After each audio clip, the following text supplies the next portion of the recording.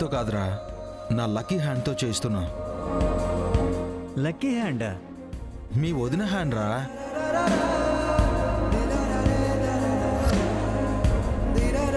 నీ జనరేటర్ కి ఒక పేరు పెట్టాలి.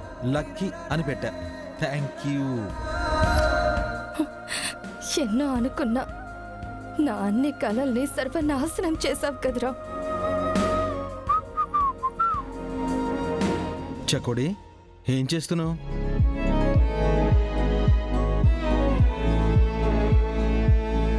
నీ గురించి అయితే ఆలోచించట్లేదు.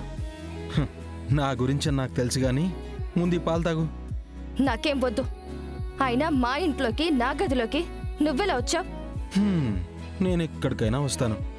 నీకు నన్ను చూడాలనిపిస్తుంది కదా. నువ్వంటేనే నాకు నచ్చదు. Get out. I said get out. చెప్తుంటే అర్థం కావట్లేదా?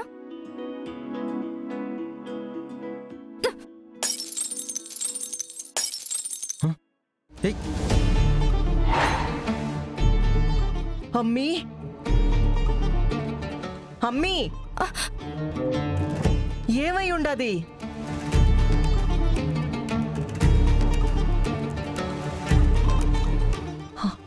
ఏమై ఉండదమ్మీ?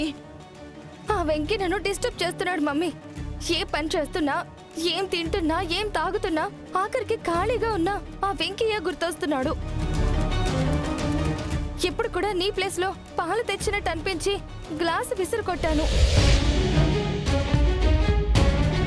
మర్చిపోదాం అనుకుంటే పదే పదే గుర్తొస్తున్నాడు. అయితే నేను నిర్ణయం తీసుకున్నానమ్మీ. ఏంటి మమ్మీ అది? నీకు మళ్ళీ పెళ్లి చేద్దాం అనుకుంటుండా.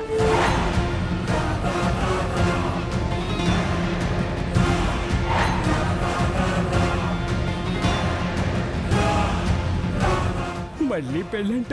ఈసారి పెళ్లి కొడుకు నేనే. నువ్వు వాగురా, నేను ఉన్నాను కదా.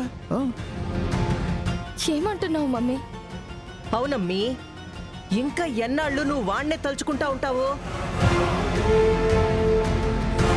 దరిద్రం వదిలిపోయినదనుకో, లాయర్తో మాట్లాడి త్వరగా విడాకులు వచ్చేలా చేస్తా. ఆ తర్వాత ఓ మంచి అబ్బాయిని చూసి నీకు పెండ్లి చేస్తా.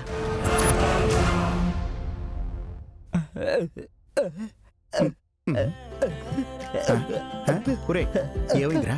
ఫిక్స్ ఏమన్నా వచ్చిందా? మావయ్య, ఇది ఫిట్స్ వల్ల వచ్చిన మెలికలు కాదు, సిగ్గుతో వచ్చిన మెలికలు. ఆపరా, ఆపరా, అసహ్యంగా ఉందిరా బాబు. నీకు గొప్ప గొప్ప సంబంధాలు వస్తా ఉండాయమ్మీ. ఫారిన్ సంబంధాలు కూడా అడుగుతా ఉండారు. ఆ సీతాపతి అని గొప్ప కోటీశ్వరుడు, ఒక్కడే కొడుకు, 1000 కోట్ల ఆస్తి. నచ్చకుంటే ఇంకొకరిని చూద్దాం. ఏంటి మాయ్యా, అత్త ఫారెన్ సంబంధాలు, కోటీశ్వరుడి సంబంధాలు అంటుంది. మ్యాకి నాకు దక్కదా? ఒరే, నేను ఉన్నాను కదరా, నేను చూసుకుంటాను. ఏంది చూసుకునేది? పెళ్లి పల్లా. నువ్వు ఉండరా. నువ్వు ఊ అనమ్మి.